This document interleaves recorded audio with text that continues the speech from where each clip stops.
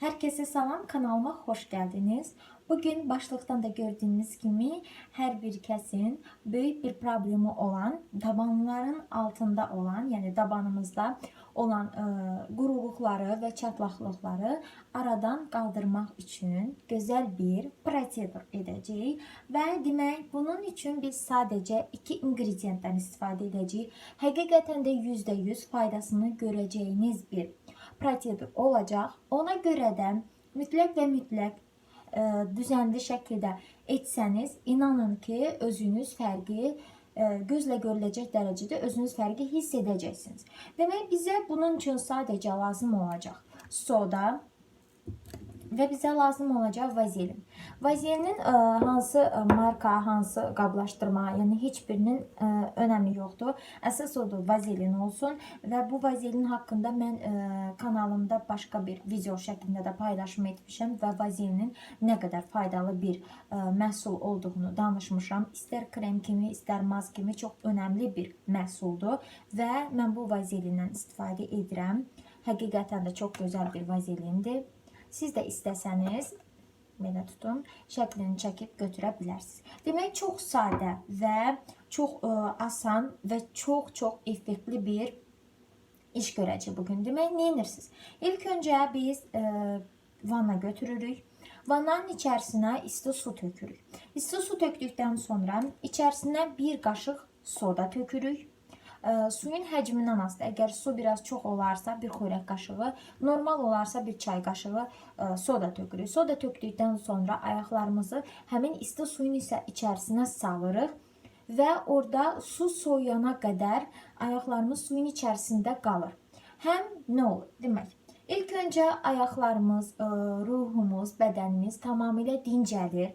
Dincəldikdən sonra soda tabanlarınızın altında olan ölü hüceyrələri aradan qaldırır, onları götürür və tabanlarınızın altında olan mikrobları, infeksiyaları təmizləyir, dəridə olan quruluğu, çatlağı aradan qaldırır, gözəl bir şəkildə təmizləyir, yağlılığı, çirki tamamilə götürür aradan. Götürdükdən sonra artıq su soyduqdan sonra ayaqlarınızı suyun içərisindən çıxardırsınız və mütləq təmiz salfetka və yaxud da təmiz bir dəsmal vasitəsilə ayaqlarınızı silirsiniz.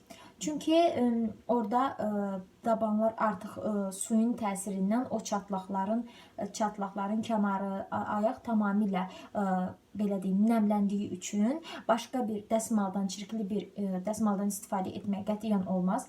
Təmiz bir dəsmal vasitəsilə silirsiniz. Sildikdən sonra gördüyünüz vazelindən biraz, çox yox, çünki çox çəkdiyiniz zaman 1-2-3 dəqiqədən sonra görəcəksiniz ki, vazelin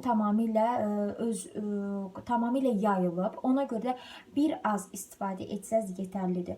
Həmin bölgəyə çəkirsiniz, yəni tabanınızın altında. İstəsəniz, əgər bu problem ayağınızın altında bütövlüklə varsa, təbii ki, ayağınızın bütün altına çəkirsiniz. İstəsəz də tamamilə ayaqlarınıza çəkə bilərsiniz, yəni barmaqların arası, tabanların altı, yəni heç bir ziyanı yoxdur. Əksinə tamamilə yumşaq, pambıq kimi ayaqlarınız olacaq. Ən asası da tabanların altına gözəl bir şəkildə çəkdiniz. Çəkdikdən sonra biraz masaj edirik. Masaj etdikdən sonra bir təmiz corab geyinirik ayağımıza və gedib yatırıq. Və bu işi mütləq yatmazdan öncə axşam etmək lazımdır. Yəni bunu etdikdən sonra durub hər hansı bir iş görmək məsləhət görülmür.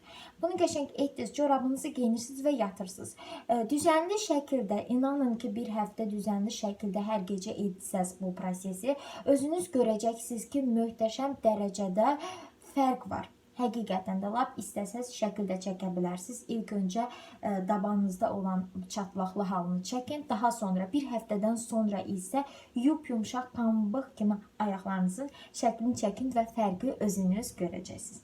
İnşallah ki, bu videomu bilirəm ki, çox faydalı olacaq.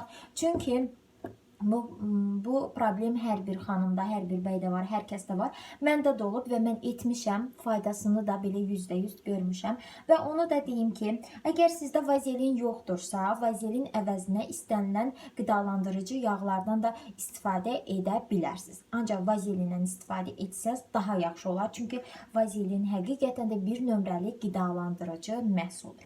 İnşallah ki sizə faydalı videolarımdan biri olar, sevərək izləyərsiniz. Əgər videomu bəyənsəz, like etməyi, kanalıma abunə olmağı unutmayın ki, mən yeni videolar paylaşan zaman ilk olaraq siz xəbərdar olasınız. Növbəti baxım videolarımda görüşərik, hələlik.